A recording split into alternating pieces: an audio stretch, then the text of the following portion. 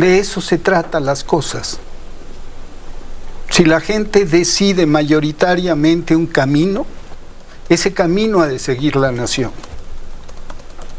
¿A cuenta de qué? ¿Qué se creen estas ocho ministras y ministros? ¿Qué se creen? ¿Que pueden imponer su voluntad por sobre la voluntad de tantos millones de mexicanas y mexicanos? ¿Que pueden arrogarse facultades que no les corresponden? ¿Que pueden pasar por encima de la Constitución? Están revisando una ley, Epigmenio. No están revisando una reforma. Están revisando una facultad soberana del pueblo de México, establecida. Están revisando pero una ley.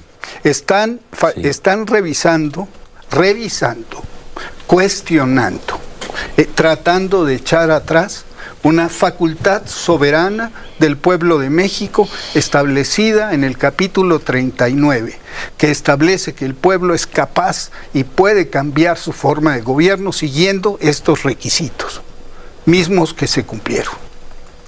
Estrictamente. Ellos dicen que sí tienen la facultad. Como hizo Enrique Peña Nieto, como hizo Ernesto Zedillo, como hicieron durante tantas décadas tantos gobiernos. ¿Cuántas reformas constitucionales se hicieron? ¿Cuántas fueron echadas atrás por la Corte? Ni una sola. Esos son datos. Nunca en la historia de México la Corte dijo no estoy de acuerdo con una reforma constitucional y le voy a echar abajo. Hoy lo dice una Corte. Sí, nunca en la historia de México se planteó la elección de jueces y magistrados federales también, si nos vamos pero con se el plantearon otras barbaridades. Se plantearon barbaridades. Es la Suprema Corte de Justicia. Y la pregunta que hacemos nosotros es ¿quién le va a decir que no si es que, como dice la presidenta Sheinbaum, hay que esperar el martes, hay que ver cómo votan? Pero si votaran por echar abajo esta parte de la reforma constitucional, la elección de jueces y de magistrados, ¿quién les va a decir que no? Pero te quiero volver a insistir en el punto. Jamás en la historia una Suprema Corte de Justicia ha echado abajo una reforma constitucional. Ahora sí, porque son ellos. ¿Se vale? Porque ellos son se van. Ellos. Porque ellos representan no sé, el último bastión de la democracia. No. Aquí la democracia está en un momento ejemplar. Las últimas elecciones fueron indisputables y fueron, como establece la Constitución, libres, limpias y auténticas. Y el pueblo votó con absoluta conciencia. No fue engañado, no fue arrastrado, no hubo trucos publicitarios, hubo una consulta explícita. Y además hubo una experiencia. Durante los 6 años de López Obrador, muchas de las iniciativas presidenciales fueron vetadas por jueces, magistrados y ministros, y la gente que ha sufrido en carne propia lo que es el Poder Judicial, vio cómo actuaba con un interés político. Entonces ese es el problema. Que tenemos a ministras y ministros que no actúan en un ambiente aséptico. Epigmenio, pero son los ministros que tenemos. Pues son sí, los ministros de la Corte. Son ministros que se reunieron. Eso no se puede desconocer, decir como no tienen facultad, como todo lo que has dicho, eso no les quita el ser ministros de la Corte. Son los ministros de la Corte que tenemos y que vamos a tener hasta junio del próximo año. Por eso digo que lo que están buscando es una crisis institucional de gran calado y presentarse como mártires de una democracia que no está en absoluto amenazada, sino que vive y goza de cabal salud y vive un momento estelar de la discusión. Pero estamos hablando de una Corte que en pleno proceso electoral se reunió con la oposición. Entonces, no estamos hablando de una Corte Estamos hablando de una corte que ha tenido un papel beligerante en contra, primero, del gobierno de López Obrador y ahora del gobierno de Claudia y de sus iniciativas. A mi juicio, las y los ministros están presionando. Sucede en los cambios de régimen, muy acusadamente, y aquí vivimos un cambio de régimen desde el 2018, que los factores de poder tradicionales tensan su relación con quien ocupa la presidencia y la tensan al extremo.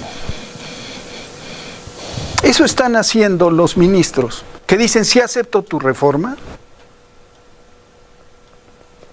y negocio contigo que solo se restrinja la elección de ministros, no elijas jueces. Sí la acepto, pero no tanto.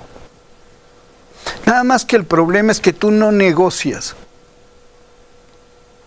cuando ha sido consumado el acto legislativo y se ha cumplido con todas y cada uno de los requisitos. Trataron de frenar la mayoría calificada. Ningún órgano les dio la razón. De los jurisdiccionales. Le daba la razón a Morena, la ley es muy clara. Y le dieron la razón a Morena, el Tribunal Electoral y el Instituto Electoral. A ver, una presión ahí, Manuel. ¿Ningún órgano les dio la razón? ¿Ningún órgano judicial? ¿A quiénes? A quienes impugnaron el proceso de la reforma. No, estaba haciendo una secuencia. Primero fueron por la sobrerepresentación para tratar de evitar la mayoría calificada. Impugnaron. Lo sometieron al Tribunal Electoral, que es la autoridad competente. Sí. El tribunal resolvió a favor de la mayoría calificada. Impugnaron ante el INE. El INE dijo: no es así. Salieron a las calles, pero no lograron las enormes multitudes que podrían hacer tambalear a un sistema. Y que hablarían de un descontento popular generalizado. Viene la reforma al Poder Judicial, se consuman los procesos legislativos. Y viene un movimiento de protesta que tampoco logra el contagio social,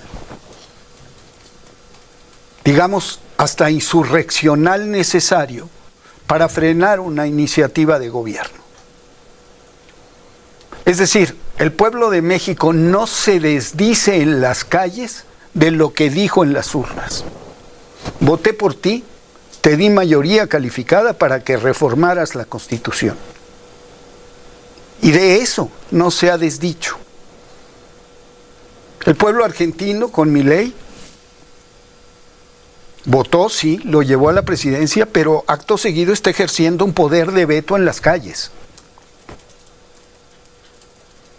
Aquí es un puñado de personas. Y es en última instancia la voluntad de 8 personas por sobre la voluntad de millones de mexicanas y mexicanos. Pero yo repito, son los ministros de la Corte. Porque son los ministros de la Corte, Ciro. Tendrían que tener absoluta claridad de los procesos de los que estamos hablando. Y tendrían que tener absoluta claridad de lo inviolable que es la soberanía popular cuando se expresa libre, limpia y auténticamente. Eso sucedió en las urnas. Echamos para atrás las elecciones. Negociamos el resultado de las elecciones porque un grupo de 8 son los ministros de la Corte. Porque se autoerigen en la defensa de una democracia que, insisto, no está por amenazada. Lo que sea, son los ministros de la Corte. Pero la Corte no la forman millones de personas, la forman 11 ministros. Con un mandato y con una... Eso es el pleno de la Corte. Y con un juramento. Sí. de hacer cumplir la Constitución. Un juramento y ellos, sagrado. Ellos han explicado que en su entender, en su interpretación, eso están haciendo. Y ahí la pregunta, ¿quién les va a decir que no? No es en su entender, no es un problema de interpretación jurídica. Es un problema de que están tomando partido. Están tomando impugnaciones de partidos políticos y están queriendo que lo que los partidos políticos no conquistaron en las urnas lo obtengan a través de presiones y mandatos judiciales. Eso va contra el principio de cualquier democracia en el mundo. Pues habría que decírselo, habría que decir. Eso es gravísimo. Porque no son ministros que actúan, insisto, en un ambiente aséptico.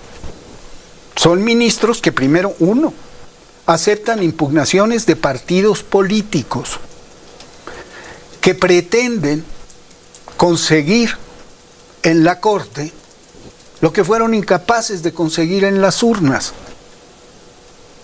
Es decir, contra los votos de 36 millones de personas, casi 36, ahora pesa los intereses de 8.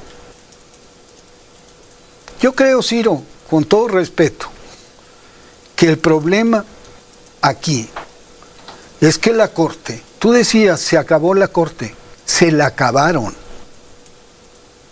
Se la están acabando con estas actitudes. ¿Qué confiabilidad puede tener la Corte, una Corte como estas? Cuando adversa la voluntad soberana del pueblo, cuando viola la Constitución y se arroga facultades. Son jueces que le están dando entrada a un recurso, a una acción de inconstitucionalidad de un partido político. De un partido político. De un partido político que tuvo oportunidad en las urnas y fue incapaz de vencer. Que fue vergonzoso. Pero está en sus facultades, como jueces está en sus facultades. Como jueces está dentro de sus facultades. Como jueces está en sus facultades. Ese es el problema. Desconocemos desde ahora a los 8 ministros y lo que puedan resolver, o se les respeta como lo que son. Mira, la presidenta ha sido muy clara. Veremos cómo votan. Y hizo referencia al discurso de López Obrador cuando él desafuero. Y les dijo, a ustedes y a mí nos juzgará la historia. Esperemos a ver cómo votan. Y está llamando a la conciencia. Y está diciendo, la reforma judicial no se negocia porque el mandato popular no se negocia, porque se cumplió con la ley. Y del otro lado dicen, la ley no se negocia, la Constitución no se negocia en su interpretación especializada como ministros de la Corte. Interpretación especializada que muchos otros juristas dicen no tiene sustento y que la Constitución, yo no soy experto, pero en lo que sí creo es en aquello que establece la regla mínima de la democracia. Las mayorías son soberanas, aunque no le guste a la minoría. ¿Qué se hizo frente a las reformas de Peña Nieto? Organizarse para ganar la elección y revertirlas. Costó muchos años, costó trabajo en las calles, en territorio, pero se logró. Costó conseguir la masa crítica suficiente de votantes para echar abajo una reforma. Ese es el procedimiento establecido en la Constitución. La Constitución no se cambia a contentillo de un grupete. La Constitución se cambia de un grupete, son 8. Que hoy sí, como nunca en la historia lo habían hecho, hoy sí, porque les toca, dicen, vamos a parar la reforma. Y parar la reforma significa desconocer al gobierno de la República, acusar de desacato a la presidencia, suben, y primero la retaron en las calles sin éxito, y ahora la retan en la Corte. Pero es una Corte, insisto, que que llegó a acuerdos con la oposición antes, durante el proceso electoral y antes de que todo esto sucediera. Entonces yo llamo a las y los ministros a votar en conciencia y a reconocer que perdieron, que no tuvieron argumentos para convencer a la gente de que eran una institución que servía al país con probidad y con eficiencia.